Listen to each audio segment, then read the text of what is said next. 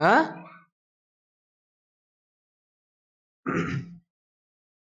हाँ तार 12 द्वारा गोटे नंबर तार से नंबर टा कौन हो 80 12 किए भी हम जो जी भी हम से 12 मल्टीपल हम कि नहीं ये संख्या जी भी हम से कौन 12 मल्टीपल हम कि नहीं अच्छा जब से 12 मल्टीपल है कुछ by what other number will that number तार ये जो सेम नंबर टा अन्य को नंबर द्वारा डिविजिबल हम ता माने बुझिपारे ना बुझिपारे এটা তো এই যে নম্বরটা মনে করে x বুঝিগলা x টা 12 দ্বারা ডিভিজিবল হଉଛି তার মানে অন্য কোউ নম্বর দ্বারা 12 ব্যতীত কুछ অন্য কোউ নম্বর দ্বারা x টা ডিভিজিবল হব কোন নম্বর দ্বারা হব এনি আইডিয়া কিছু আইডিয়া লগাই পারছ তো কহিবু নলে সময়টাকে ওয়েস্ট করনা প্লিজ হ্যাঁ নিশ্চিত তাহলে তো 12 ର ଫ୍ୟାକ୍ଟର୍ସ ଯିଏ ଯିଏ ସେ ସବୁ ଦ୍ୱାରା ସେ ଡିଭିଜିବଲ ହବ କହିଲ ନା ନାହିଁ ହେଲା व्हाट अदर नंबर कौन लिखिबू द फैक्टर्स ऑफ 12 ହେଲା अदर नंबर फैक्टर्स ऑफ 12 जेते सब रहले 1 2 3 4 6 12 ए सब नंबर द्वारा ହେଲା के बताले 1 2 3 4 6 अदर नंबर कहिछि 12 व्यतीत एतिक नंबर द्वारा से कोन ए जो नंबर टा डिविजिबल हबा बुझिबेल ना बुझेलानी गोटे संख्या जदि जे कोन संख्या डिविजिबल माने 8 द्वारा डिविजिबल होछि संख्याटे से संख्याटा देख गोटे संख्या डिविजिबल होउची माने कोन से निश्चित 8 ର कोन मल्टीपल हबो कि नहीं हबनी हां ताले 8 ର जेते सब फैक्टर रहले तांको द्वारा भी निश्चित भाव से डिविजिबल हेबे हेबे कि नहीं तो 3.4 सरी गेला 3. लिखा हेबो लेख इट इज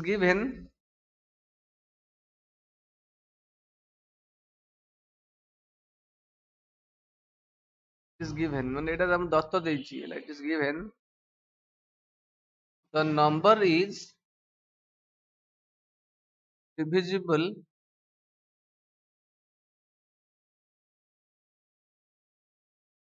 by 12 ହେଲା कि नहीं पचार by व्हाट नंबर हैला तो this number is also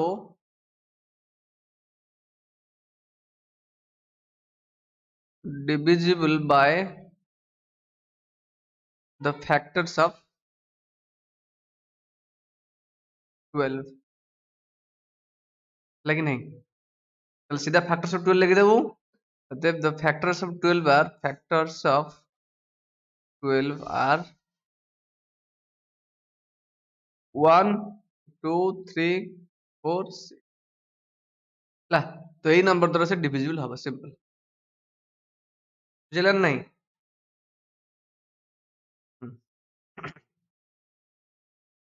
3.5 row concept पढ़िया अच्छा प्राइम फैक्टरेशन को जानछु प्राइम फैक्टरेशन जाननु फैक्टराइजेशन माने जानछु फैक्टराइजेशन फैक्टर्स माने जानछु तो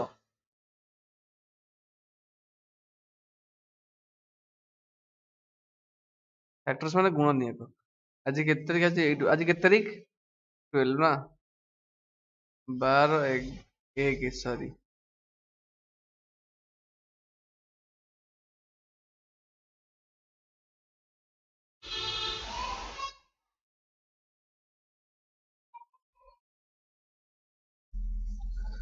हाँ फैक्टर्स माने गुणनीयक हैला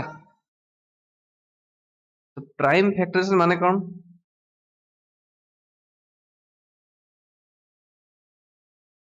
प्राइम फैक्टराइजेशन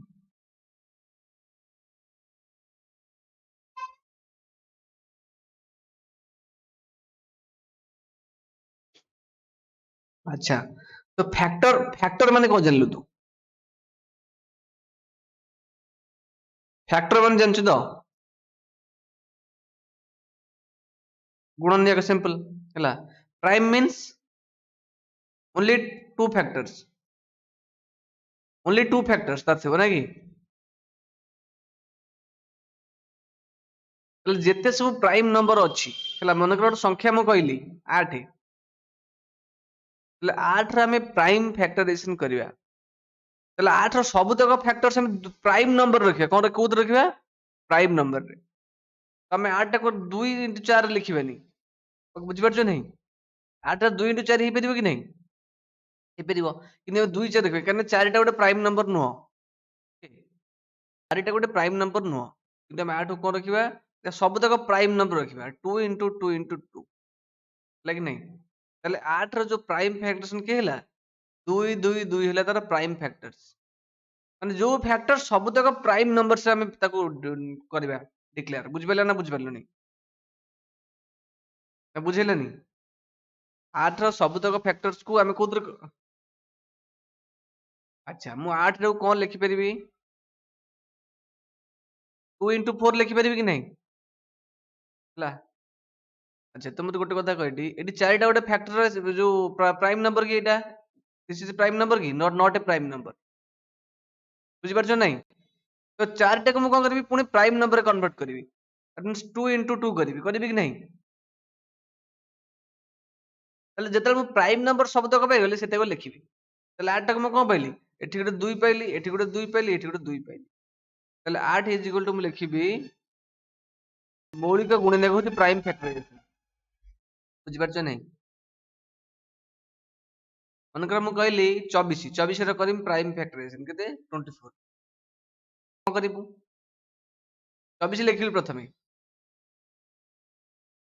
ହେଲା। ଏଟା ହଉଛି ଗୋଟେ ଫ୍ୟାକ୍ଟରାଇଜେସନ ଟ୍ରି ମେଥଡ ଅଛି। ଏଟା ହଉଛି ସେ ଫ୍ୟାକ୍ଟରାଇଜେସନ ଟ୍ରି ମେଥଡ। ତ ପ୍ରଥମେ ତାର ପ୍ରଥମ ପ୍ରାଇମ ନମ୍ବର 2 ରୁ ଆରମ୍ଭ କରିବୁ। 2 ଗୁଣନ 12 ସମାନ 24 କି ନାହିଁ? ତ 12 କୁ ପୁଣି ବି ପ୍ରାଇମ ନମ୍ବର କନଭର୍ଟ କରିବି, ହେଲା କି ନାହିଁ? ତ 2 into 3 କରିପାରିବି କି ନାହିଁ? ନା ସେ 2 into 6 କରିବି, ନଟ୍ 3। ଇଏ କହିଲି ସବୁଥିରେ ଖାଲି ଇଏସ୍ କହିଲା। 6 ଟା ପ୍ରାଇମ ନମ୍ବର କି ନୁହଁ, ତ ସେଟାକୁ ପୁଣି କନଭର୍ଟ କରିବି 2 into 3। ତ ଏବେ ମୁଁ ସବୁତକ ପ୍ରାଇମ ନମ୍ବର ପାଇଗଲି। ବୁଝିପାରିଲେ ନାହିଁ? ଏଇଟା ହଉଛି ପ୍ରାଇମ ଫ୍ୟାକ୍ଟରାଇଜେସନ, ଜାଣିଛୁ ହେଲା। ତାହେଲେ 24 କୁ ମୁଁ କଣ ଲେଖିବି? 2 into 2 into 2 into 3। ବୁଝିଲା ନା ନାହିଁ? ହାଁ, ତ ଏଇଆ ମୁଁ କରିବି ପ୍ରାଇମ ଫ୍ୟାକ୍ଟରାଇଜେସନ ହେଲା। ଏଇ ଯୋଉ ମେଥଡଟାକୁ ଆମେ କୁହନ୍ତି କି ମେଥଡ? Factor tree method. କି ମେଥଡ? Factor tree method.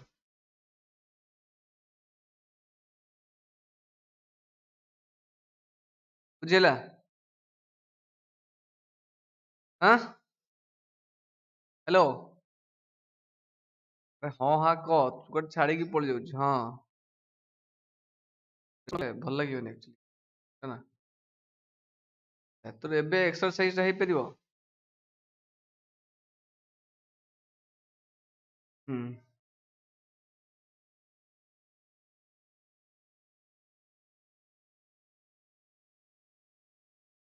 ତାହେଲେ ଗୋଟେ ସଂଖ୍ୟା ମନେ ରଖିଥା, ଯେତେବେଳେ ଗୋଟେ ସଂଖ୍ୟା ମନେକର ଗୋଟେ ଏକ୍ସ, ମନେକର ମୁଁ କହିଲି 36, 36 ଟା ଯଦି 9 ଦ୍ଵାରା ଡିଭିଜିବଲ ହଉଛି ମାନେ 9 ର ଫ୍ୟାକ୍ଟର୍ସ ଯିଏ ଯିଏ, ବୁଝିପାରୁଛ ନାହିଁ? ତ ତାଙ୍କ ଦ୍ଵାରା ବି 36 ଟା ଡିଭିଜିବଲ ହବ। ବୁଝିପାରୁଛ ନାହିଁ? ଓକେ, ତାହେଲେ 1 ନମ୍ବରଟା କହ, ଟ୍ରୁ ଫଲସ କହ।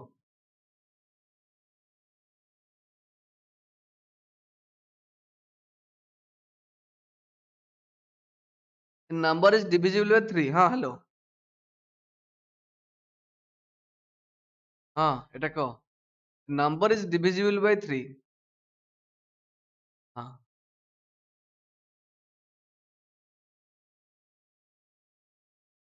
ଫାଷ୍ଟ ଟା କଣ ହବ? ଫଲସ। କାହିଁକି? ହଁ ଠିକ ଅଛି। ସେକେଣ୍ଡ ଟା ହବ if a number is divisible by 3 it must be divisible by 3। Very good, true ହବ। ଓକେ, ନା ଏଇ ଯୋଉ 3 ଟା ହଉଛି ଫ୍ୟାକ୍ଟର ତାର। ଓକେ, ତାର ଏଟା କହ, if a number is divisible by 18,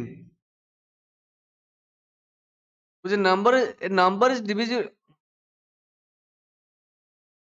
true ହବ କାହିଁକି ନା 3 6 ର ନେକ୍ସଟ ଟ୍ରୁ ହବ ଏଟା। ଗୋଟେ ମିନିଟ ଟ୍ରୁ ହବ। ଓକେ ଠିକ ଅଛି, ତୋ କଥା ରଖିଲି ମୁଁ। 3 6 ଦ୍ୱାରା 12 ହବ କି ନାହିଁ? 3 6 ଦ୍ୱାରା ବୋଥ ହଉଛି 3 ଆଉ 6 ଦ୍ୱାରା ଏଟା ହଉଛି ନା ଡିଭିଜିବୁଲ 12 ଟା ହଉଛି ନା ହ୍ୟାଲୋ ଆରେ 12 ଟା ଉଭୟ 3 ଆଉ 6 ଦ୍ୱାରା ଡିଭିଜିବୁଲ ହଉଛି ନା ନାଇଁ ତ ତ 12 ଟାକୁ ଆମେ 18 ଦ୍ୱାରା ଡିଭିଜିବୁଲ କରିପାରିବା ୟେସ୍ କେମିତି କହୁଛୁ ହୁଁ ୟେସ୍ କେମିତି କହୁଛୁ ଚେକ୍ କରିବୁ ନା ଆଗେ ବୁଝିପାରିଲ ନା ହୁଁ କହ କଣ କହୁଛୁ କହ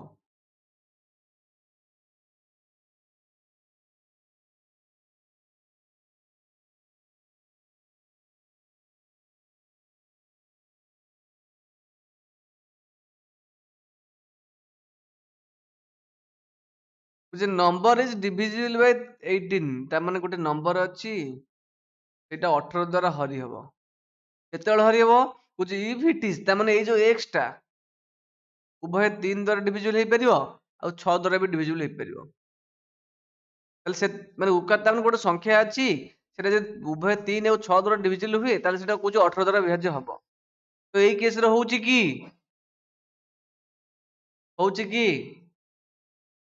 ହଉନି ସବୁବେଳେ ହବନି ହେଲା କି ନାଇଁ 24 ଗୋଟେ ସଂଖ୍ୟା ସେଟା 3 ଆଉ 6 ଦ୍ୱାରା ଉଭୟ ବିଭାଜ୍ୟ ହବ କି ନାଇଁ 18 ଦ୍ୱାରା ହବ କି ହବ ନାହିଁ ହଁ ତ ଦିସ୍ ଇଜ ଫଲ୍ସ ବୁଝିପାରିଲେ ନାହିଁ ତ C bit is false question ମାନେ ବୁଝିପାରିଲୁନୁ କି ବୁଝି ନମ୍ବର ଡିଭିଜିବଲ ବାଇ 18 ହେଲା ବୁଝି ଇଫ୍ ଇଟ୍ ଇଜ ଏଠି କଣ୍ଡିସନ ଟା ଏଠି ଲାଗିଲା ଯଦି ସେ ସଂଖ୍ୟାଟା 3 ଆଉ 6 ଦ୍ୱାରା ଉଭୟ ଦ୍ୱାରା ଡିଭିଜିବଲ ହବ ତାହେଲେ ସେଟା 18 ଦ୍ୱାରା ଡିଭିଜିବଲ ହବ ହବ କି ହବ ନାହିଁ ହେଲା କଣ୍ଡିସନ ଟା ଏଠି ତାମାନେ କହୁଛି 3 6 ଦ୍ୱାରା ବିଭାଜ୍ୟ ହେଲେ ସେ 18 ଦ୍ୱାରା ବିଭାଜ୍ୟ ହବ ସତ କି ନା ବୁଝିପାରିଲ ନା ଇଫ୍ ଯୋଉଠି ଥିବ ସେଇଟା କଣ୍ଡିସନ ପ୍ରଥମେ ସେଇଟାକୁ ଦେଖିବୁ ବୁଝିଲ ନା ତାପରେ ଡି ବିଟ୍ ଟା କହ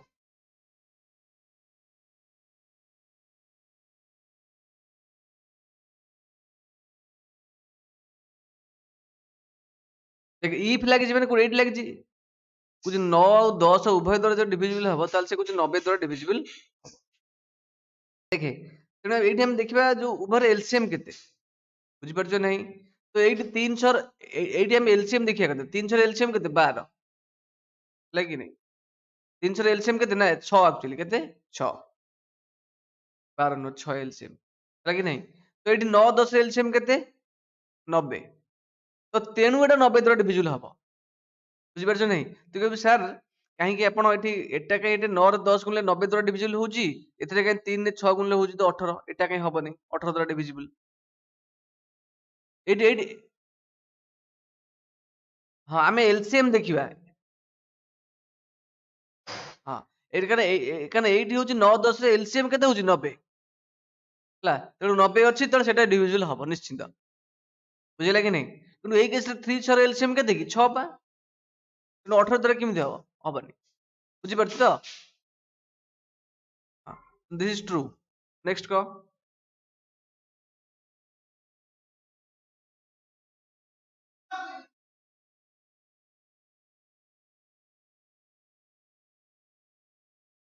କହ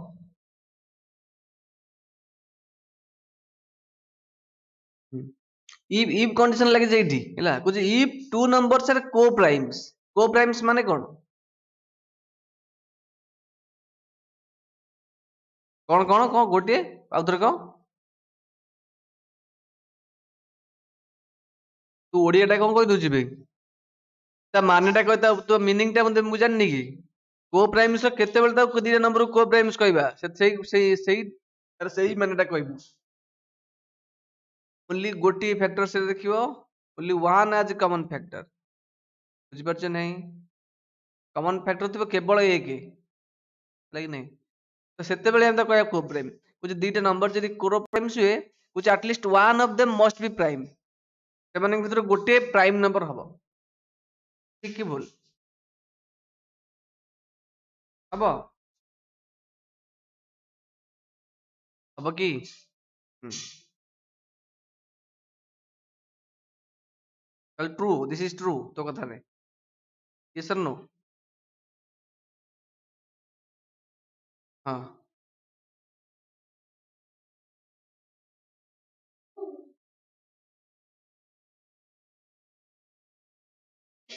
अच्छा 15 ଗୋଟେ ସଂଖ୍ୟା ଆଉ 28 ଗୋଟେ ସଂଖ୍ୟା ଦେଖ 15 ଆଉ ଗୋଟେ 28। 15 ଫ୍ୟାକ୍ଟର କିଏ କି 1 3 5 15 ହେଲା କି ନାହିଁ?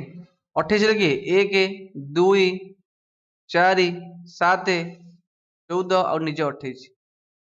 ତାଙ୍କର ଫ୍ୟାକ୍ଟର୍ସ କିଏ କମ ଦେ 15 18 28 ର। ହଁ 1। ତାହେଲେ 15 28 କୋ ପ୍ରାଇମ ନମ୍ବର କି ନାହିଁ? 15 28 କୋ ପ୍ରାଇମ है कि नहीं? ତାହେଲେ ଆଙ୍କ ଭିତରୁ କୋଉ ଗୋଟେ ନମ୍ବର ପ୍ରାଇମ ନମ୍ବର କି? କୋଉଟା ପ୍ରାଇମ ଅଛି ଏରି? ହଁ ତାହେଲେ ସେ କହିଛି ଏଠି କଣ? କହୁଛି ଆଟଲିଷ୍ଟ ୱାନ୍ ଅଫ ଦ ମଷ୍ଟ ବି। ମଷ୍ଟ ମାନେ କଣ ନିଶ୍ଚିନ୍ତ। କହୁଛି ଦିଟା ନମ୍ବର ଯଦି କୋ ପ୍ରାଇମ ହୁଏ ତାହେଲେ ଗୋଟେ ନମ୍ବର ନିଶ୍ଚିନ୍ତ କହୁଛି ପ୍ରାଇମ ହବ। ତ ପ୍ରାଇମ ହବ କି? ହଉଛି କି? ହଁ ତାହେଲେ ଏଇଟା କଣ ହବ? ବୁଝିପାରିଲେ ନାହିଁ? This is false. ହେଲା ତାପରେ ଏଫ ଏଫ ବିଟ୍ ଟା କଣ?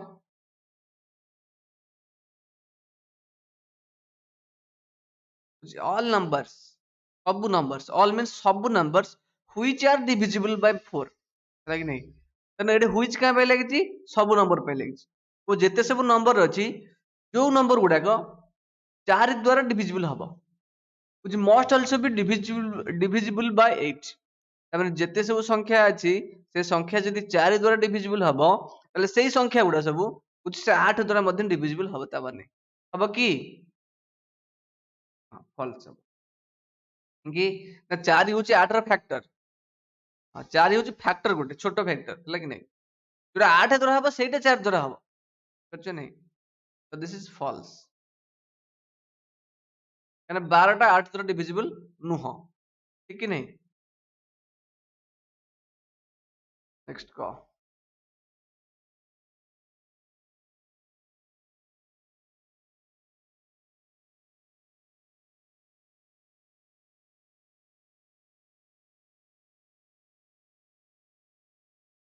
ହୁଁ ଦୁଇଟା କଣ ହବ? କହୁଛି all numbers which are divisible 8 ହେଲା ତ 8 ର ଗୋଟେ ଫ୍ୟାକ୍ଟର କିଏ 4 ତ ଏଇଟା ନିଶ୍ଚିତ ହବ ଟ୍ରୁ। ନେକ୍ସଟ ଏଜ ଏଜ ବିଟ୍ ଟା କଣ?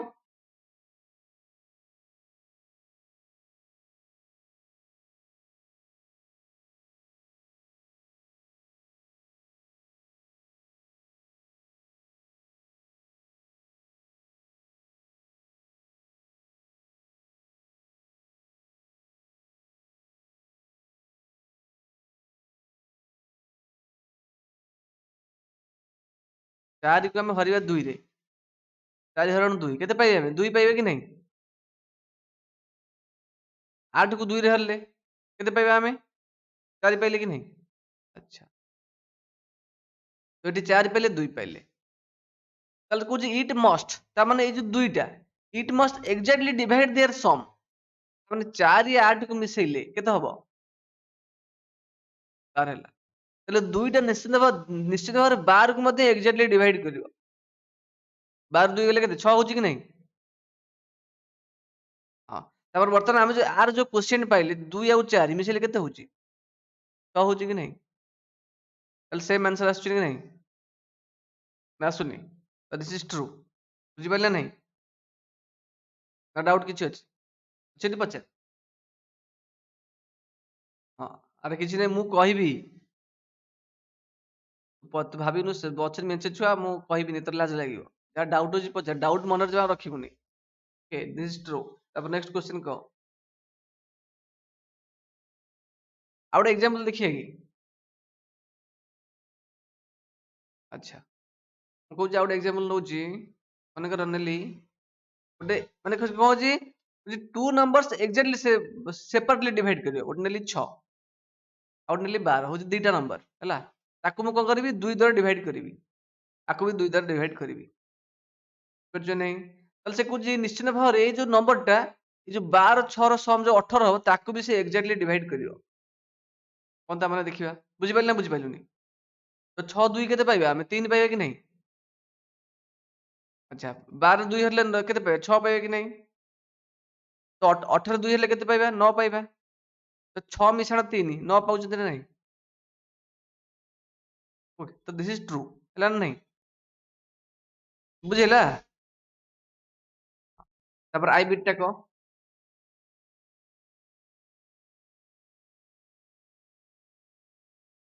ଏଇଟା ଏଇଟା କହ। If a number exactly divides the sum of two numbers ବୁଝିପାରୁଛ ନାଇଁ ଦେଖ ଆକ୍ଚୁଆଲି ଲାଙ୍ଗୁଏଜ ପଢିବାଟା ସବୁଠୁ ଇମ୍ପୋର୍ଟାଣ୍ଟ ମନେ ରଖିଥା ହେଲା ତୁ ଓଡ଼ିଆରେ ଦେଲେ କ୍ୱେଶ୍ଚନ ଆରାମସେ କରିଦେବୁ କିନ୍ତୁ ଲାଙ୍ଗୁଏଜ ସେଠି ଟିକେ ପ୍ରୋବ୍ଲେମ ହଉଛି କଣ ସମ୍ ଅଫ୍ ଟୁ ନମ୍ବର୍ସ କଣ ଏଇଟା ହଉଛି ଗୋଟିଏ ସମ୍ ଅଫ୍ ତେଣୁ ଦିଟା ନମ୍ବରର ମିଶାଣ ଫଳ ବୁଝିପାରୁଛ ନାଇଁ ଗୋଟେ ନମ୍ବର ଅଛି ସେ ନମ୍ବରଟା ଆମେ କେତେ ଜାଣିନାହାନ୍ତି ଏ ନମ୍ବର ମନେକର ସେ ନମ୍ବରଟା ହଉଛି ଏ ଡିଭାଇଡ କରୁଛି କାହାକୁ ଡିଭାଇଡ କରୁଛି ସମ୍ ଅଫ୍ ଟୁ ନମ୍ବର୍ସ ହେଲା ସେ ମନେକର ଦିଟା ନମ୍ବରର ସମ୍ ହଉଛି b ପ୍ଲସ ସି ତାହେଲେ ଏ b ପ୍ଲସ ସି କୁ ଡିଭାଇଡ କରୁଛି ବୁଝିପାରିଲା ମାନେ କଣ ଇଫ ଏ ନମ୍ବରଟା ହଉଛି କି ଏ ସମ୍ ଅଫ୍ ଟୁ ନମ୍ବର୍ସ କି ନା b ପ୍ଲସ ସି ଏଇ ଯୋଉ ସେଣ୍ଟେନ୍ସର ମାନେ ହଉଛି ଏଇଆ ବୁଝିପାରିଲା ହେଲା ଇଟ୍ ମଷ୍ଟ ବି ଡିଭାଇଡ ଦ ଟୁ ନମ୍ବର୍ସ ସେପାରେଟଲି ତାମାନେ ଏଚ୍ ବିଟ୍ ଯାହା ଆଇ ବିଟ୍ ତାର ଅପୋଜିଟ ବୁଝିପାରୁଛ ନାହିଁ ଦେଖ ତା ମାନେ ତ ଏଟା କଣ ହବ କହ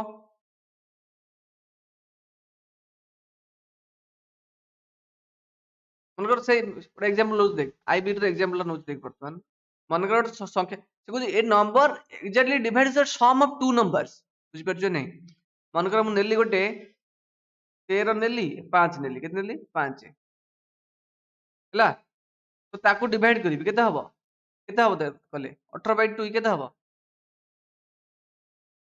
ତ ତାଙ୍କ ନମ୍ବର ଦିଟା କିଏ ଗୋଟେ ହଉଛି 13 ଗୋଟେ ହଉଛି 5 ତାଙ୍କ ସମ୍ କେତେ ପାଇଲେ 18 କେତେ ପାଇଲେ 9 ଏକ୍ସାକ୍ଟଲି ଡିଭାଇଡ ମାନେ କଣ ରିମାଇଣ୍ଡର 0 ବୁଝିପାରୁଛ ନାହିଁ ରିମାଇଣ୍ଡର 0 ଏକ୍ସାକ୍ଟଲି ଡିଭିଜିବଲ ମାନେ ବୁଝି ଇଟ୍ ମଷ୍ଟ ଏକ୍ସାକ୍ଟଲି ଡିଭାଇଡ ଦ ଟୁ ନମ୍ବର ସେପାରେଟଲି ତାମାନେ ଏଇ ଯୋଉ ରେଜଲ୍ଟ ଯାହାକୁ ପାଇଲେ ତାହେଲେ 13/2 ଏକ୍ସାକ୍ଟଲି ଡିଭିଜିବଲ କରିବ 5/2 କି ସେ ଏକ୍ସାକ୍ଟଲି ଡିଭିଜିବଲ କରିବ ତ କରିବ କି ତ 13 କୁ ସେ 2 ରେ ଏକ୍ସାକ୍ଟଲି ଡିଭିଜିବଲ ହବ ହବନି ରିମାଇଣ୍ଡର ଏଠି ପଡିବ ହବ କି ନାହିଁ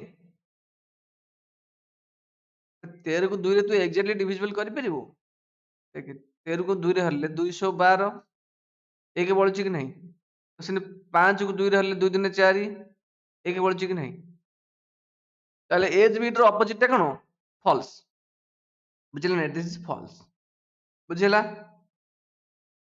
ଡାଉଟ କିଛି ଅଛି ଡାଉଟ ଲିଙ୍କ ନୋଟ୍ସ ଦେଇଦେବି ହେଲା ତାପରେ ଏଇଟା କର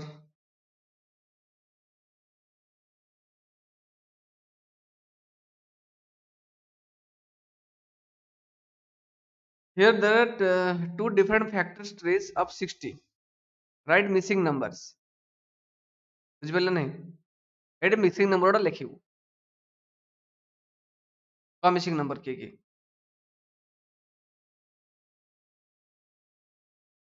ମିସିଂ ନମ୍ବର ମିନ୍ସ ତୁ ବର୍ତ୍ତମାନ ହଜିଯିବୁ ତୁ ଗୋଟେ ମିସିଂ ଚାଇଲ୍ଡ ହେଇଯିବୁ କଣ ତୋ ମାଙ୍କର ତୁ ଗୋଟେ ମିସିଂ ଚାଇଲ୍ଡ ହେଇଯିବୁ ତାମାନେ ତୁ ସେ ଜାଗାରେ ରହିବୁ ନା ତମ ଘରେ ରହିବୁ ନା ନଥିବୁ ତମ ଘରେ ହବୁନି କି ନଥିବୁ ତାମାନେ ଏଇଠି ସେ କହିଛି ଯୋଉ ଫ୍ୟାକ୍ଟର ଟ୍ରିରେ ଏଇ ନମ୍ବର ଟା କେତେ ଆମେ ଲେଖିବା ଏଇଠି ଅଛି କିଛି ନାହିଁ ମାନେ କ୍ୱେଶ୍ଚନ ମାର୍କ ପଚାରିଛି ଏଇ ନମ୍ବର ଟା କେତେ ଜାଗାରେ ଲେଖାଯିବ ତା ପାଖରେ ତା ଜାଗାରେ କେତେ ଲେଖାଯିବ ବୁଝିପାରିଲ ନାହିଁ ହଁ କହୁନୁ ଏଇଠି 3 ବୁଝିପାରିଲ ନାହିଁ ବି ବିଟ୍ ଟା କହ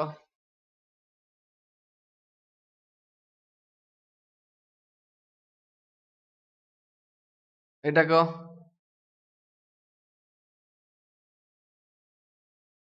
ହୁଁ ଏଇଟା 30 ଦିନ 60 ବୁଝିପାରିଲ ନାହିଁ ସିମ୍ପଲ କିଛି ନାହିଁ ଇଜି ଇଜି କ୍ୱେଶ୍ଚନ ହେଲା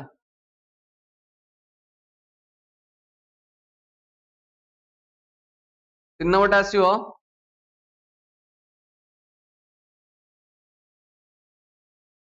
କହ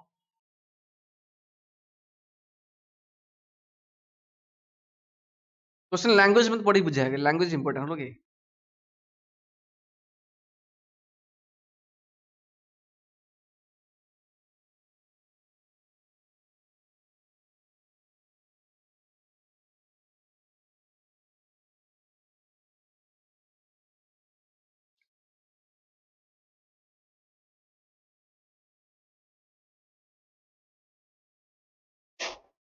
ଆସିବନି ନା, ଦେଖ ଶୁଣ क्वेश्चन कौन कौन कह इनक्लूडेड माने कौन जो नहीं, माने इनक्लूडेड माने मिसेइबा नहीं हैला कि नहीं। मते गोटे कथा कह, एडी आठ र फैक्टर्स किए आठ र फैक्टर किए कह क्विक, आठ र फैक्टर्स किए कह, ओनली फैक्टर्स कहबो आठ र। शुभुनी कि जदि आठ र फैक्टर्स किए कहूनु कहीं, अरे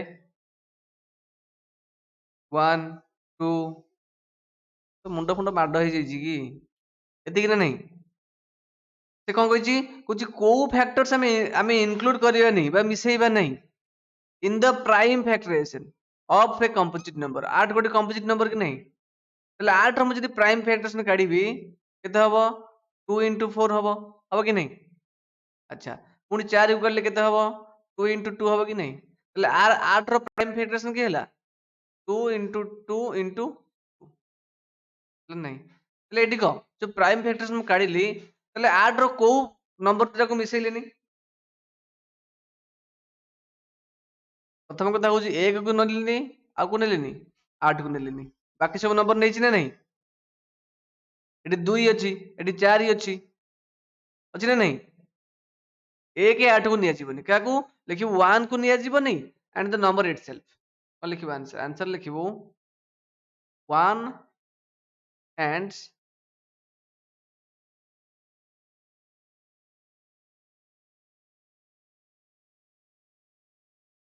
number itself are not included।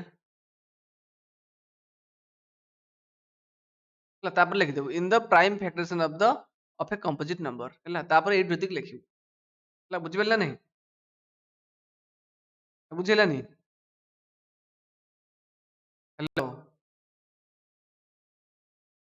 पळैलेनी मोर कहूची।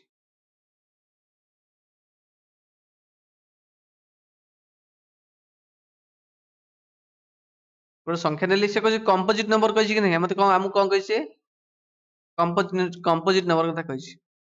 तो कंपोजिट नंबर गोटे कि 8। तो 8 रो हम जे प्राइम फैक्टराइजेशन काढिबा ताले क्यों हम प्रथमे काढिबा 2 into 4 बुझि कि नहीं। तो 4 रो पुणी करिया प्राइम फैक्टराइजेशन ताकू 2 into 2 बुझि कि नहीं। ताले 8 जदि 8 रो मु रियल फैक्टर कहबी ताले किए कि सब 8 रो फैक्टर हेबे 1 2 4 8। ताले एटी 8 रो जो प्राइम फैक्टराइजेशन काहा काहा तो मिसे नेलु नेनु कमते काहा को नउनु 1 को नै नु आ 8 को नै नु ए जुग नै नु बुझि पेला नहीं। ताले से कुछ को फैक्टर को हम इंक्लूड करू ना। तो लिखिबो simply लिखिबो 1 and the number itself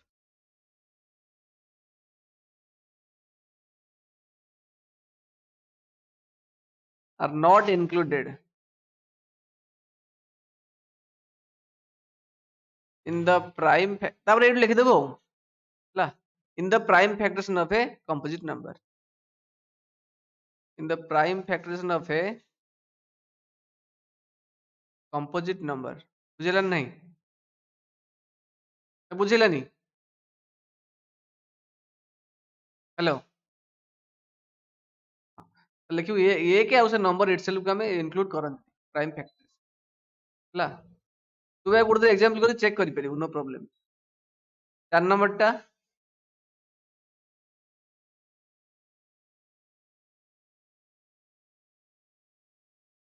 4 number टा को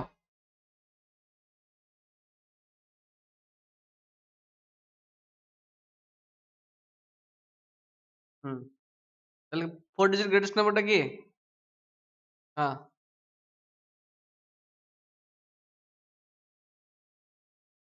ନାଇଁ ନାଇଁ ନାଇଁ ଟ୍ରିପଲ ନାଇନ୍ ଆଗକୁ ତୁ ବର୍ତ୍ତମାନ ପ୍ରାଇମ ଫ୍ୟାକ୍ଟରାଇଜେସନ ଲେଖିବୁ କଣ ପ୍ରାଇମ ଫ୍ୟାକ୍ଟରାଇଜେସନ ଲେଖିବୁ ହବ କେମିତି କରିବୁ କହ କେମିତି କରିବୁ କହ ତାପରେ କଣ କରିବୁ କହୁନୁ ହଁ କରୁନୁ ଗାର ପକେଇ କରିବୁ ଗାର ପକେଇ କେମିତି କରିବୁ ଏମିତି ଏମିତି ତ ସେମିତି ଦିଟା ନବ କହୁନୁ କେମିତି କରିବୁ ତାପରେ ଏଇଟା କଣ କରିବୁ ତାପରେ ନେକ୍ସଟ କହ ତିନିରେ କରିବୁ ଆଚ୍ଛା ତିନି ଏଇଠି ଲେଖୁନୁ ସିଧା ଏଇଠି ତିନିଟା ଲେଖେ ଏଇଠି ଲେଖିବୁ ତିନି ତିନି ନଅ ତିନି ତିନି ନଅ ତିନି ତିନି ନଅ ତିନି ତିନି ନଅ ଲେଖିଲି ନା ନାଇଁ ତାପରେ ଏଇଟାକୁ କରିବୁ ଏଇଟାକୁ ତିନିରେ କର ତିନି ଏକ ତାପରେ ଏଇଟାକୁ କଣ କରିବୁ 11 ଅଛି 11ଟା ହେଇଯିବ ଦେଖ ଦେଖ ଏଇଠି ଡିଭିଜୁଆଲ କନସେପ୍ଟ ଆପ୍ଲାଏ କର 1 1 2 ଏଠି 1 1 2 ତ 11 ଦ୍ୱାରା ହବ ନୁହେଁ କି ତ 11 ଗଲେ କେତେ ହବ 11 କେ 11 ହରଣ ପାଇଁ ଦେଲା ଶୂନ 101 101 ଟା ହେଇପାରିବ କି ହେଇପାରିବନି 101 ଗୋଟେ ପ୍ରାଇମ ନମ୍ବର ତାହେଲେ ଏଇଟା କେତେ ହେଇଗଲା ତାହେଲେ 3 into 3 into 11 into 101 5 ନମ୍ବର ଠିକ ଅଛି 5 ନମ୍ବରଟା ହେଇଯିବ ଆଚ୍ଛା 6 ନମ୍ବର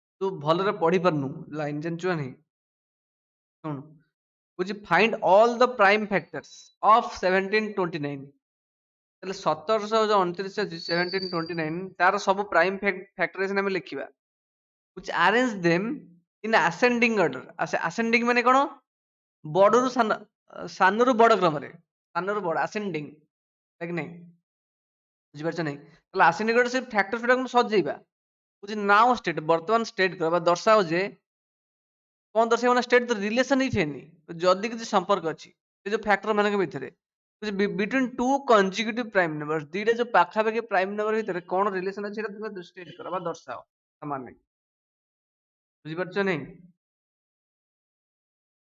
ହଁ ହବ ଏଟା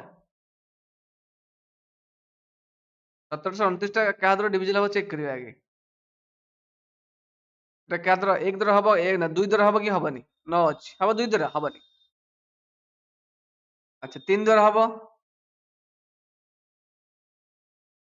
ନଅ ଦୁଇ 11 7 18 19 ହବନି 4 ଦ୍ୱାରା ହବନି 5 ଦ୍ୱାରା ହବନି 6 ଦ୍ୱାରା ହବ 3 2 ଦ୍ୱାରା ହଉନି ମାନେ 6 ବି ହବନି 7 7 ହବ କି ତା ତ ଚେକ୍ କରିବା ହବନି 172 9 ଲାଗି ନାହିଁ 9 into 2 କେତେ ହେଇଯିବ 18 172 ରୁ 18 ଫେରିଲେ କେତେ ହେଇଯିବ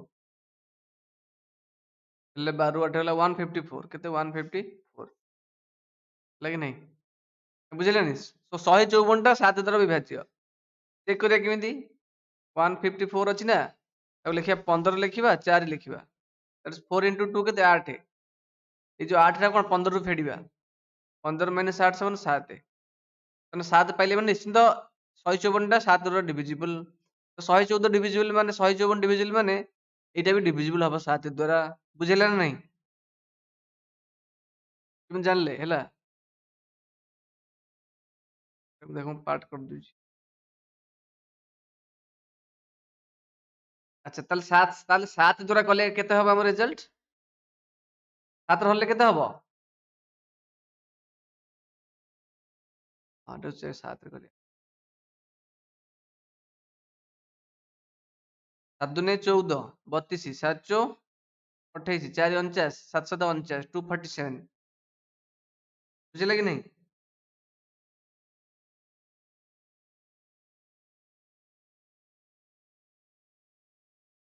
247 କେତେ ହେଇପାରିବ ବର୍ତ୍ତମାନ 7 4 11 2 13 3 ର ହବନି 2 ର ହବନି 7 ର ହବ କି 24 - 14 10 ହଉଛି तो 7 रे भी हबनी ହେଲା 8 ହବନି 8 ହଉନି ନା 9 9 ରେ ହବନି 10 13 के 13 କେତେ ନୁହଁ 117 13 ରେ ହବ ହେଲା 13 के 13 11 13 ନୁହଁ 117 19 ହେଲା ଠିକ କି ଆଚ୍ଛା ତ ପାଇଲେ ये तो ସବୁ ପ୍ରାଇମ ନମ୍ବର ପାଇଲେ ତାହେଲେ ଏଇଟା କେତେ ଲେଖିଲା 7 * 13 * 9 ଲାଗି ନାହିଁ ତାହେଲେ ଯୋଉ ସବୁ ନମ୍ବର ପାଇଲେ ତାଙ୍କ ଭିତରେ କିଛି ରିଲେସନ ଅଛି କି जो कंजिक्यूटिव प्राइम नंबर पाइले ताଙ୍କ ଭିତରେ କିଛି ରିଲେସନ ଅଛି କି ଦେଖା ଯାଉଛି କିଛି ହବାର 7 13 19 ଭିତରେ କିଛି ସମ୍ପର୍କ ଅଛି ଆଚ୍ଛା 7 6 ଭିତରେ ସମ୍ପର୍କ ଯୋଉ ଡିଫରେନ୍ସ କେତେ 6 13 19 ଭିତରେ ଡିଫରେନ୍ସ କେତେ 6 ଏଇଟା ହଉଛି ତାଙ୍କ ରିଲେସନ ହେଲା ଯୋଉ ପ୍ରାଇମ ନମ୍ବର୍ସ ତାଙ୍କ ଭିତରେ ଡିଫରେନ୍ସ ହଉଛି 6 ସେ କହିବେ कंजिक्यूटिव प्राइम नंबर्स कंजिक्यूटिव माने कଣ ତାଙ୍କ ଭିତରେ ଡିଫରେନ୍ସ ସବୁବେଳେ ସମାନ ରହିବ ତା ମାନେ ସେ ଡିଫରେନ୍ସ ଟା କେତେ କାଢିବା ବୁଝିଲେ ନାହିଁ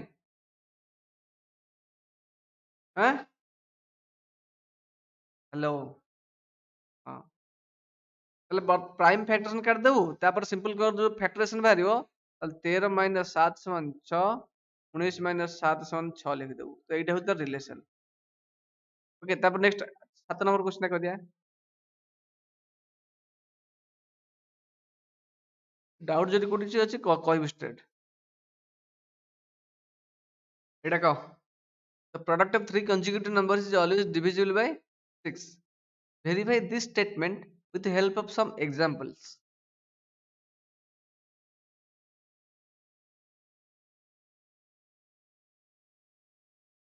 हेलो वॉल्यूम को कौन which is the product of three consecutive numbers ତିନିଟା ପାଖାପାଖି ନମ୍ବର ର ତାଙ୍କ ଗୁଣଫଳଟା is always divisible by 6 ସେ କହୁଛି ବୁଝିପାରିଲେ ନା ତାହେଲେ କହୁଛି ଏଇଟାକୁ ଭେରିଫାଇ କର ହବ ଗୋଟେ ଏକ୍ସାମ୍ପଲ ଦେଇକି ତୁ ଭେରିଫାଇ କରିବୁ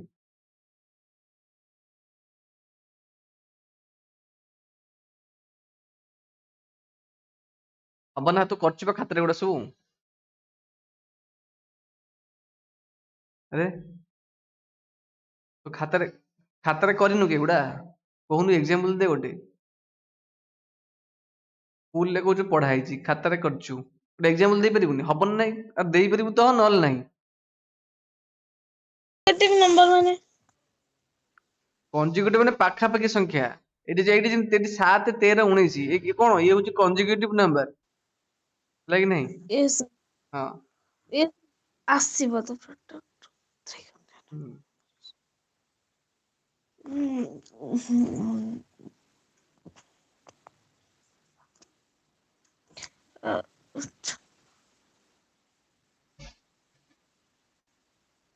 तू एक दो गिनती ଦେଖେ ଏଇଟା ସିଧା ଭାବେ କଣ ଭାବେ ତୁ 6 ର ଡିଭିଜିବଲ କଥା ଭାବେ ହେଲା 6 ଦ୍ୱାରା यस ଡିଭିଜିବଲ ହଉଛି ମାନେ ସେ ନିଶ୍ଚିତ 6 ର ମଲ୍ଟିପଲ ହବ କି ନାହିଁ यस ହଁ କାରଣ ଯୋଉ 6 ର ସବୁ ମଲ୍ଟିପଲ ଅଛି 6 ଗୋଟେ 12 ଗୋଟେ 18 ଗୋଟେ 24 ଗୋଟେ 30 ଗୋଟେ ତ ଏଇ ସବୁ ସଂଖ୍ୟା କେଉ ଭାବେ ତାଙ୍କ ଗୁଣଫଳ ଯୋଉ ତିନିଟା କଞ୍ଜୁଗେଟିଭ ନମ୍ବର ତାଙ୍କ ଗୁଣଫଳ ଆଇଦର 6 ହେଇପାରେ 12 ହେଇପାରେ 18 ହେଇପାରେ 24 ହେଇପାରେ ତ ତାର ଏକ୍ସାମ୍ପଲ ଖୋଜିବୁ ହେଲା କି ନାହିଁ ପ୍ରଥମେ 1 2 3 ର ହଉଛି କିଛି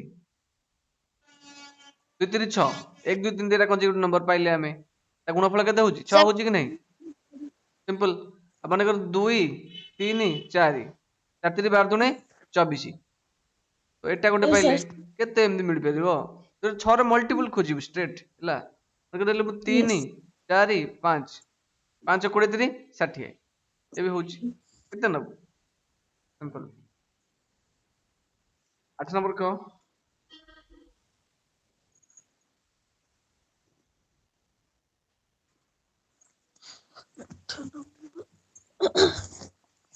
the sum of the consecutive तो एई क्वेश्चन कोन थिला 7 नंबर रे कंजुगेटिव नंबर कोन तू जानिलु एठी ओके माने पाखा पाखी नंबर सब तो डिफरेंस समान yes हला हां 8 नंबर टा को the sum of two consecutive odd numbers is हां divisible by 4 verify this statement with the help of some examples sir ଆସିବ କହିବି कोनु two consecutive odd number not sir 1 ଆଉ 3 ହେବ 1 ଆଉ 3 sir 3 1 4 sum of two consecutive odd number ଦିଟା ପାଖାପାଖି odd number ସମ୍ ଟା ହେଇଯିବ ଇଜ ଡିଭିଜିବଲ ବାଇ 4 ये 1 सर ଗୋଟେ ठीक हवा 3 ଗୋଟେ 4 4ଟା ଡିଭିଜିବଲ ଓକେ ଆଉ ଗୋଟେ 3 ଗୋଟେ 4 ନୁହଁ ଦେଖ 1 3 ର ଡିଫରେନ୍ସ କେତେ ଆଚ୍ଛା 3 ଗୋଟେ 5 ଗୋଟେ ପାଖାପାଖି ନମ୍ବର 8 8 ଥର ଡିଭିଜିବଲ ସିମ୍ପଲ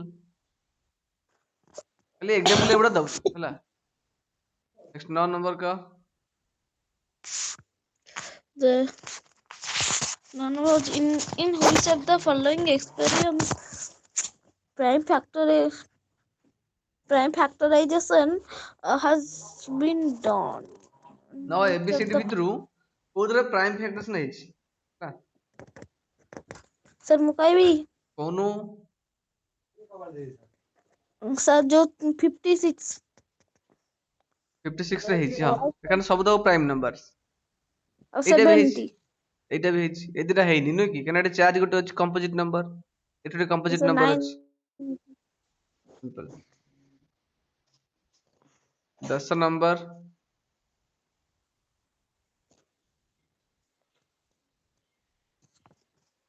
और 10 number litre determine E 25110 is divisible by 45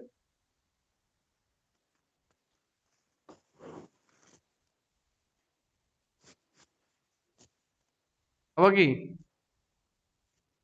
because 5 and 9 are co-prime numbers test the divisibility of the number by 5 and 9 ବୁଝିପାରୁଛ ନାହିଁ yes sir ତ ଯାହାର କୋ ପ୍ରାଇମ ନମ୍ବର ଯୋଉ ଦିଟା କୋ ପ୍ରାଇମ ନମ୍ବର ହେଇଥିବ ସେ ଦିଟାକୁ ମଲ୍ଟିପ୍ଲାଇ କଲେ ଆମେ ଯୋଉ ନମ୍ବର ପାଇବା ତ ସେ ମାନେ ସେଇଟାକୁ ଏଲସିଏମ ହେଇଯିବ ତାମାନେ ଏଠି 45 ର ଆମେ ଯୋଉ ଡିଭିଜିବିଲିଟି ଟେଷ୍ଟ କରିବାକୁ ହେଲେ ଆମେ 5 କୁ ଟେଷ୍ଟ କରିବା ଆଉ 9 ର ଟେଷ୍ଟ କରିବା ତାହେଲେ ଯଦି 25110 ଯଦି 5 ଦ୍ୱାରା ଡିଭିଜିବଲ ହବ ଆଉ ଉଭୟ 9 ଦ୍ୱାରା ଡିଭିଜିବଲ ହବ ତାହେଲେ ସେଇଟା ନିଶ୍ଚିତ 45 ଦ୍ୱାରା ଡିଭିଜିବଲ ହବ କାହିଁକି ଏ ଦିଟା ହଉଛି କଣ କୋ ପ୍ରାଇମ ନମ୍ବର କି ନମ୍ବର କୋ co ପ୍ରାଇମ ନମ୍ବର prime ଠିକ ତେଣୁ ଆଙ୍କର ମଲ୍ଟିପ୍ଲିକେସନ 5 into 9 45 ଯଦି ଗୋଟେ ସଂଖ୍ୟା 5 ଆଉ 9 ଉଭୟ ଦ୍ୱାରା ଡିଭିଜିବଲ ହବ ତାହେଲେ ଆଙ୍କ ମଲ୍ଟିପ୍ଲିକେସନ 5 9 45 ଦ୍ୱାରା ମଧ୍ୟ ଡିଭିଜିବଲ ହବ ବୁଝିପାରୁଛ ନାଇଁ ଏଟା 5 ଦ୍ୱାରା ହଉଛି ଶୂନ ଅଛି yes sir 25110 9 ଦ୍ୱାରା ହବ କି ତ ସମ୍ ଅଫ ଡିଜିଟ୍ସ କେତେ 1 1 2 5 2 7 2 9 9 ହଉଛି ସମ୍ ଅଫ ଡିଜିଟ୍ସ ତ 9 ହଉଛି ମାନେ ଏଟା 9 ଦ୍ୱାରା ବି ହବ 5 ଦ୍ୱାରା ହବ ତାହେଲେ 45 ଦ୍ୱାରା ହବ ସିମ୍ପଲ ବୁଝିଲା ନା yes sir ହାଁ yes sir ତାହେଲେ କଣ ଲେଖିବୁ ଲେଖିବୁ ଦିସ୍ ଏଠି ଲେଖିବୁ ଆଗେ ନମ୍ବର ଲେଖିଦେବୁ ହେଲା ଏମିତି ଲେଖିବୁ କହୁଛି in order to ମାନେ in order to ଆମକୁ ଟେଷ୍ଟ କରିବାକୁ ପଡିବ in order to test the divisibility of 45 the given number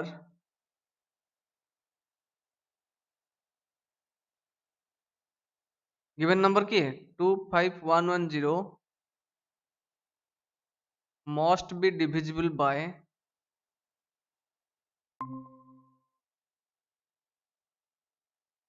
both 5 and 9 लगी नहीं ତାହେଲେ 45 ଦ୍ୱାରା ଟେଷ୍ଟ ଆମେ 45 ର ଡିଭିଜିବିଲିଟି ଟେଷ୍ଟ କରିବାକୁ ହେଲେ the given number 25110 must be divisible by both 5 and 9 okay ତାହେଲେ ଲେଖିବୁ in 25110 the unit place is 0 so this number is divisible by 5 ହେଲା ତାପରେ ଲେଖିବୁ in 25110 sum of digits is equal to 2 plus 5 plus 1 plus 1 is equal to 9 so the number is divisible by 9 Hence the number 25110 is divisible by 35. ବୁଝିପାରିଲେ ନା? ଏତିକି ଲେଖିବୁ ଏମିତି ଜିନିଷ ବୁଝିବାର ଅଛି ପ୍ରଥମେ ହେଲା। ତାପରେ 11 ନମ୍ବର କହ। ଖାତାରେ ଥରେ ତୁ ଲେଖିଦେବୁ କ୍ଲିୟର କଟ୍ ନା, ତାପରେ ନେକ୍ସଟ ଟାଇମ ତୁ କଷ୍ଟ କରିବାକୁ ପଡିବନି, ମନେ ରଖିଥିବୁ ହେଲା ନା। ନେକ୍ସଟ ଟାଇମ ସର୍ଟ ଟ୍ରିକ୍ସ ତୁ ଆପ୍ଲାଏ କରିବୁ। କିନ୍ତୁ ପ୍ରଥମରୁ ଯଦି ସର୍ଟ ରୁ ଆପ୍ଲାଏ କରିବୁ ତାହେଲେ ସେଟା ବହୁତ ମାନେ ଅଳ୍ପ ସମୟ ପାଇଁ ମନେ ରହିବ, ମନେ ରଖିଥା। ଷ୍ଟାର୍ଟିଂ ରୁ ଲଙ୍ଗ ପ୍ରୋସେସ କର, ସବୁ ଜିନିଷ କ୍ଲିୟରଲି ଲେଖ, ତାପରେ ସର୍ଟ ପ୍ରୋସେସ ଆପ୍ଲାଏ କର। ଏଇଟା କହ 11 ନମ୍ବରଟା କହ। 11 ନମ୍ବରଟା କହରେ। सर कुछ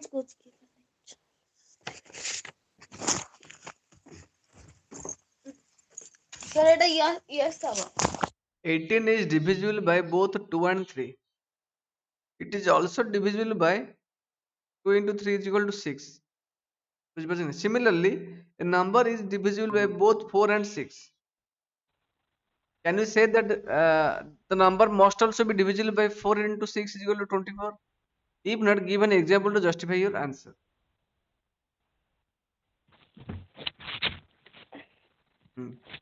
ସେ କ୍ୱେଶ୍ଚନ ମାନେ କଣ ବୁଝିଲେ କହିଲୁ? ମାନେ ବୁଝିବାଟା ଇମ୍ପୋର୍ଟାଣ୍ଟ ହେଲା। सर 18 ଯଦି both 2 and 3 ଯଦି ବିଭାଜ୍ୟ ମାନେ 18 ଯଦି both ମାନେ ଉଭୟ ଇଏ ତିନିଟା ଭିତରେ also divisible by 2 into 3 equal 6 ମାନେ ସେଟା ବି divisible ହବ 2 into 3 6 ଦ୍ୱାରା ବି divisible ହବ।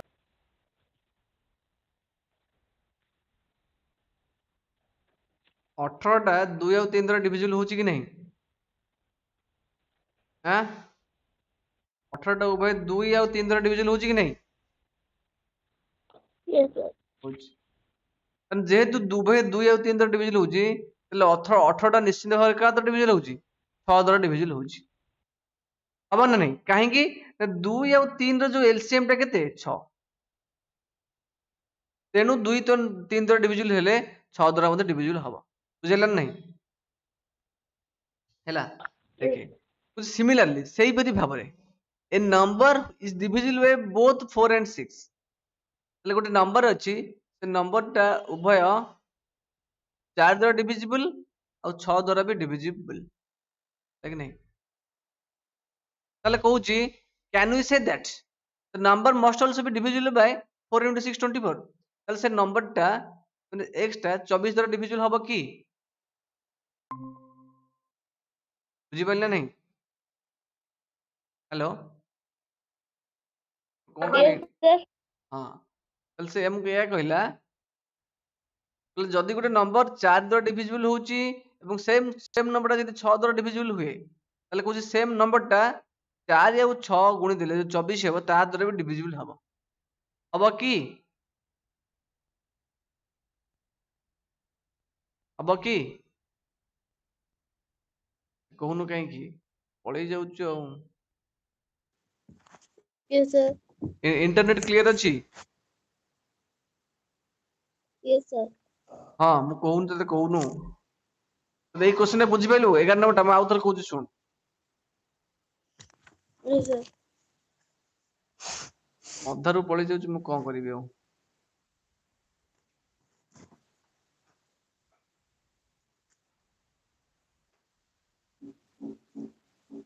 ସେ କହୁଛି ଗୋଟେ 18 ହଉଛି ନମ୍ବର ହେଲା, ସେ ନମ୍ବରଟା ଉଭୟ 2 ଦ୍ୱାରା ଡିଭିଜିବଲ ହଉଛି ଆଉ 3 ଦ୍ୱାରା ବି ଡିଭିଜିବଲ ହଉଛି କି ନାହିଁ?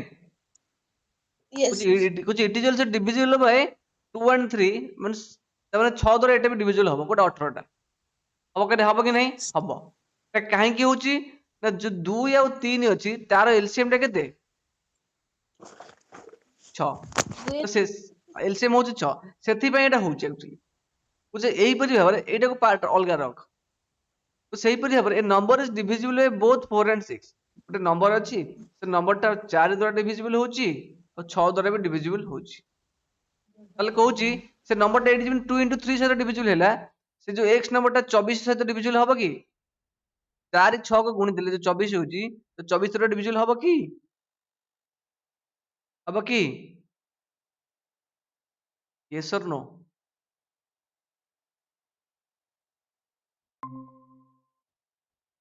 पढ़े नहीं जाऊ थाऊ इंटरनेट डाउन।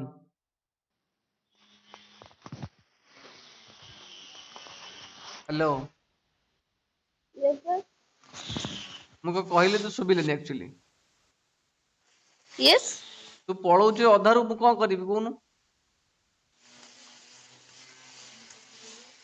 ତୋର କଟି ଯାଉଛି ଛାଇଁ ଛାଇଁ। ମତେ ସେଇ କଥା କହୁଛି ଛାତ ଉପରେ ବର୍ଷା ହଉଥିବ ନା? Yes, sir. ବର୍ଷା ହଉଛି। ହୁଁ। ମୁଁ ଯୋଉ ମୁଁ କ୍ୱେଶ୍ଚନ କଣ କହିଲି ତ ଶୁଭିଲା? Yes, sir. ହଁ ଶୁଣୁ ସେ କହୁଛି ଗୋଟେ ନମ୍ବର 2 ଦ୍ୱାରା ଡିଭିଜିବୁଲ ଆଉ 3 ଦ୍ୱାରା Yes, ଡିଭିଜିବୁଲ sir. କି 18ଟା କହୁଛି ତେଣୁ 18ଟା 6 ଦ୍ୱାରା ବି ଡିଭିଜିବୁଲ ହବ। ବୁଝିପାରିଲି ନା? Hello hello